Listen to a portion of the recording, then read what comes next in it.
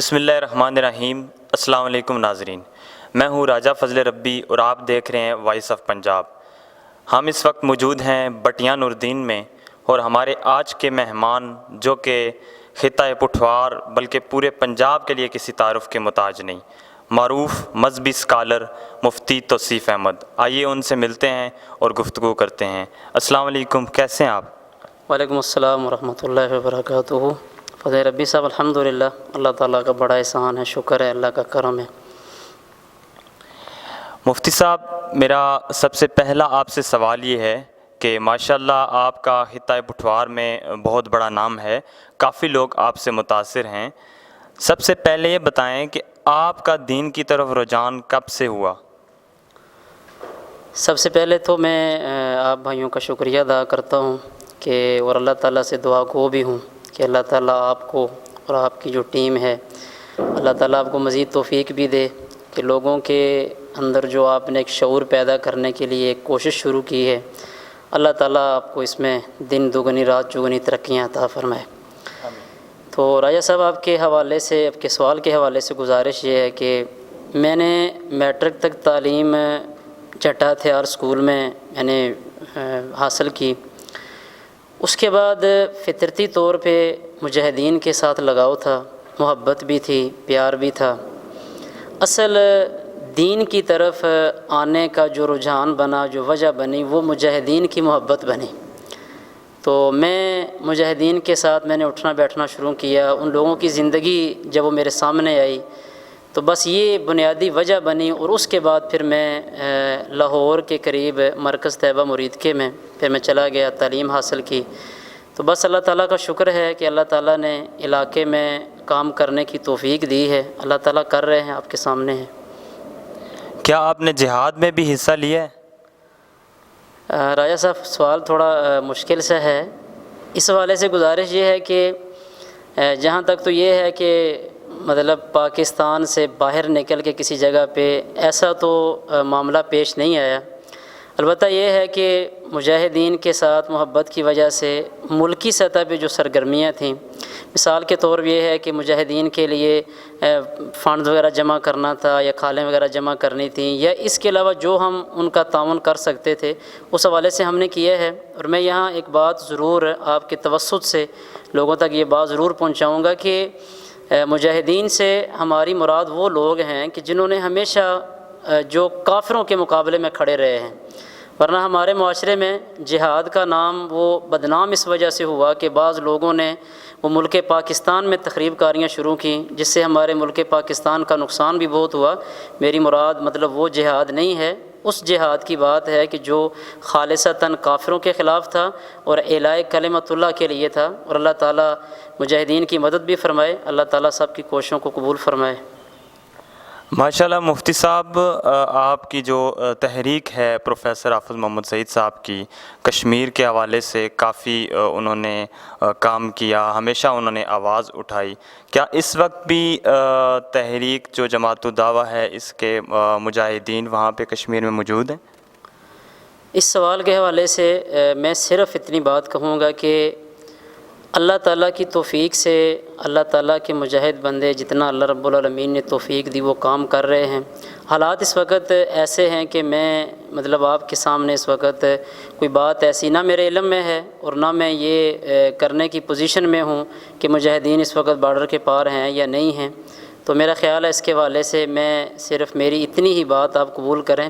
کہ بس اللہ تعالیٰ جن لوگوں سے کام لے رہا ہے اللہ تعالیٰ ان سے لے، اللہ تعالیٰ ہمیں بھی اپنے دین کے لیے کام کرنے کی توفیق دے۔ آپ مرکزی خدمت کمیٹی کے سرپرست اعلیٰ ہیں۔ آپ نے جیسا کہ پہلے بھی ہمیں بتایا کہ آپ نے خدمت کمیٹی کے حوالے سے بھی فلاحی ادارہ بنایا، کافی لوگوں کی آپ نے ہیلپ کی، تو سیلاب زدگان کے حوالے سے آپ نے خدمت کمیٹی کی طرف سے کتنی امداد وہاں تک پہنچائی؟ فضل ربی صاحب، میں آپ کے توسط سے لوگوں تک بھی یہ بات ضرور پہنچانی چاہوں گا کہ سیلاب کا جب معاملہ آیا، اس سے پہلے بھی خیر ملک میں جتنی بھی کوئی آفت وغیرہ آئی تو ہماری اپنی کوشش یہ رہی کہ جو لوگ پریشانی میں ہیں تو ان کی مدد کی جائے، اپنی استطاعت کے مطابق لگے ہوئے تھے۔ اللہ تعالیٰ کی طرف سے ایک آزمائش آئی، بہت بڑی آزمائش تھی، ابھی بھی لوگ جو ہے وہ بے گھر ہیں، اللہ تعالیٰ ان کی مدد فرمائے۔ ہم نے جب اس کے لیے کام شروع کیا، شروع میں تھوڑی مشکلات اس حوالے سے بھی تھیں کہ افراد بھی نہیں تھے، لیکن الحمدللہ اللہ تعالیٰ کا شکر ہے کہ ہمارے ساتھ لوگوں نے بہت کوآپریٹ کیا ہے، بہت تعاون کیا ہے۔ لوگوں سے ہم شاید زیادہ مانگتے تو لوگ زیادہ تعاون کرتے، لیکن خیر پھر بھی تقریباً ہم نے 7 لاکھ روپیہ، اب یوں سمجھیں کہ مطلب اس علاقے سے ہم نے وہ سیلاب زدگان کے لیے بھیجا ہے۔ ان میں تونسا کا علاقہ بھی شامل ہے، سندھ کے علاقے بھی شامل ہیں۔ ابھی پرسوں ہم نے ایک ٹرک بھیجا ہے سندھ کے علاقے میں، اور وہ الحمدللہ ابھی وہاں پہ بھائی موجود ہیں، سامان تقسیم کر رہے ہیں۔ چرسدہ کے علاقے میں بھی ہم نے سامان تقسیم کیا ہے، بلکہ وہاں پہ میں 2 دفعہ خود گیا ہوں، اور حالات جو دیکھے ہیں خیر وہ کسی سے ڈھکے چھپے نہیں ہیں۔ ایک بیوہ خاتون تھی وہاں پہ، ساتھ اس کے بچے تھے، چھوٹے چھوٹے تھے۔ میں خود گیا، اس کا گھر میں نے دیکھا ہے، اور بڑے مطلب کمر پرسی کی حالت ہے، کوئی پرسان حال نہیں ہے۔ تو الحمدللہ اس بیوہ کو چلو 1 لاکھ روپیہ ہم نے دیے ہے، وہ 1 لاکھ روپیہ اس کے لیے شاید کچھ نہیں تھا جتنا اس کا نقصان ہوا تھا، لیکن پھر بھی خیر مطلب جتنا ہم سے ہو سکا ہم نے اتنا کیا ہے۔ وہ ایک بیوہ کو ہم نے وہاں پہ 1 لاکھ روپیہ دیا۔ اس کے علاوہ سوات کے قریب کئی علاقے ایسے ہیں کہ جہاں پہ مسجدیں کافی ساری گری ہیں، وہاں ابھی ہم نے تعاون بھیجا نہیں ہے، بھیجنا ہے انشاءاللہ تعالیٰ، اس کی بھی کوشش کر رہے ہیں، اللہ تعالیٰ قبول فرمائے۔ آپ اس وقت تعلیمی جو آپ کا کردار ہے، آپ استاد بھی ہیں، اس وقت آپ کہاں پہ پڑھا رہے ہیں؟ راجہ صاحب میں شروع میں نے راولپنڈی سے میں نے تدریس کا آغاز کیا، جب میری فراغت ہوئی مدرسے سے، جامعہ سے، تو راولپنڈی میں میں نے 3 سال پڑھایا۔ اس کے بعد میری ڈیوٹی لگی چکسواری میں، میرپور کے قریب ایک علاقہ ہے۔ آج کل میری ڈیوٹی پشاور میں ہے، اور میں پشاور میں ہمارا مدرسہ ہے جامعہ جعفر بن ابی طالب کے نام سے، اور یہ پشاور کے بوڑ بازار کے قریب ہے، وہاں کے لوگ جانتے ہیں۔ تو وہاں آج کل دینی خدمات سر انجام دے رہے ہیں، اللہ قبول فرمائے۔ ہم سب کو ہدایات نصیب فرمائے۔ مفتی صاحب، ٹرانسجنڈر ایکٹ کے حوالے سے آپ کیا کہنا چاہیں گے؟ راجہ صاحب اس کے حوالے سے میں 1-2 باتیں وہ ضرور عرض کروں گا۔ سب سے پہلی بات تو یہ ہے کہ بنیادی طور پہ اس قانون کو لانے کا مقصد یہ تھا جی کہ جو ایسے لوگ ہیں کہ جو مرد ہے نہ عورت ہے،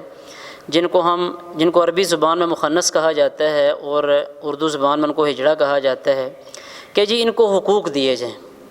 حقوق کیسے دیے جائیں کہ دیکھیں ایک بندہ فوت ہو گیا ہے، مرد کی وراثت وہ تقسیم ہو رہی ہے، مرد کا حصہ مقرر ہے، عورت کا حصہ مقرر ہے، ان کے حصے مقرر نہیں ہیں،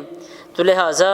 ان کے حصے دینے کے لیے ان لوگوں نے اس قانون کا پہلے واویلا شروع کیا،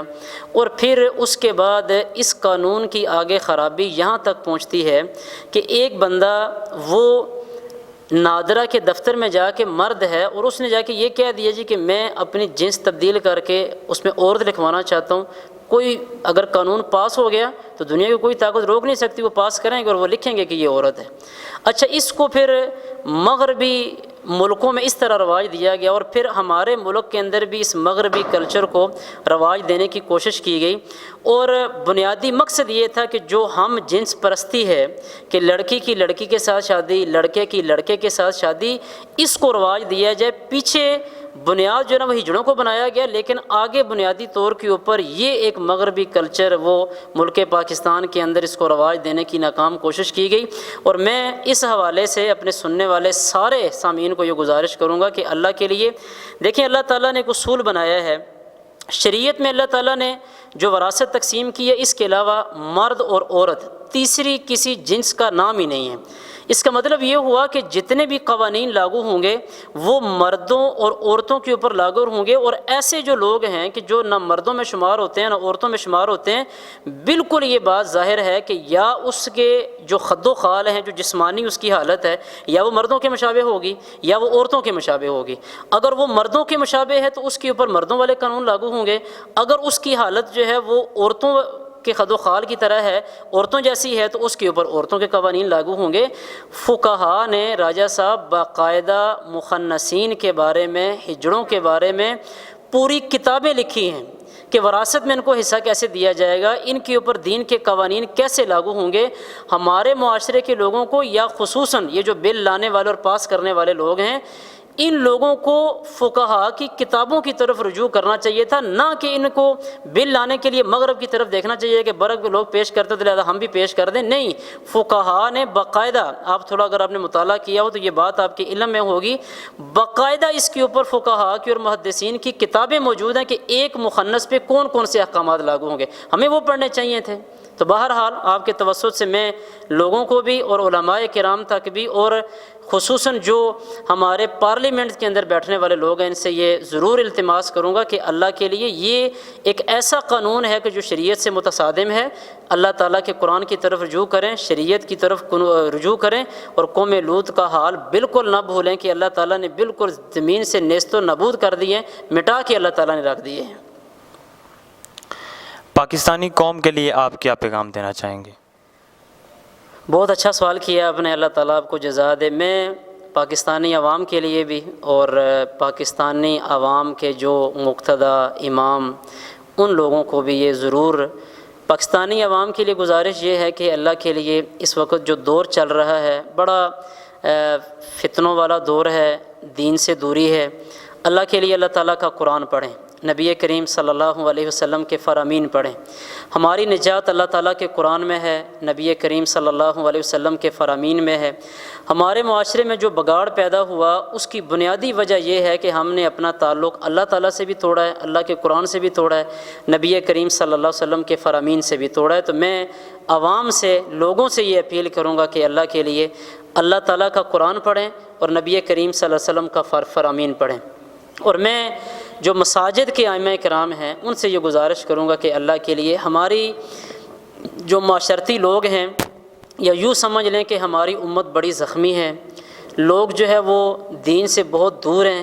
ان کو اپنے مسائل میں الجھانے کی بجائے، آپس میں تفرقہ بازی ڈالنے کی بجائے ان کو ایک اللہ تعالیٰ کے قرآن پہ اور نبی کریم علیہ الصلوۃ والسلام کی حدیث پہ لگائیں۔ اور میں آپ کے توسط سے رضا صاحب یہ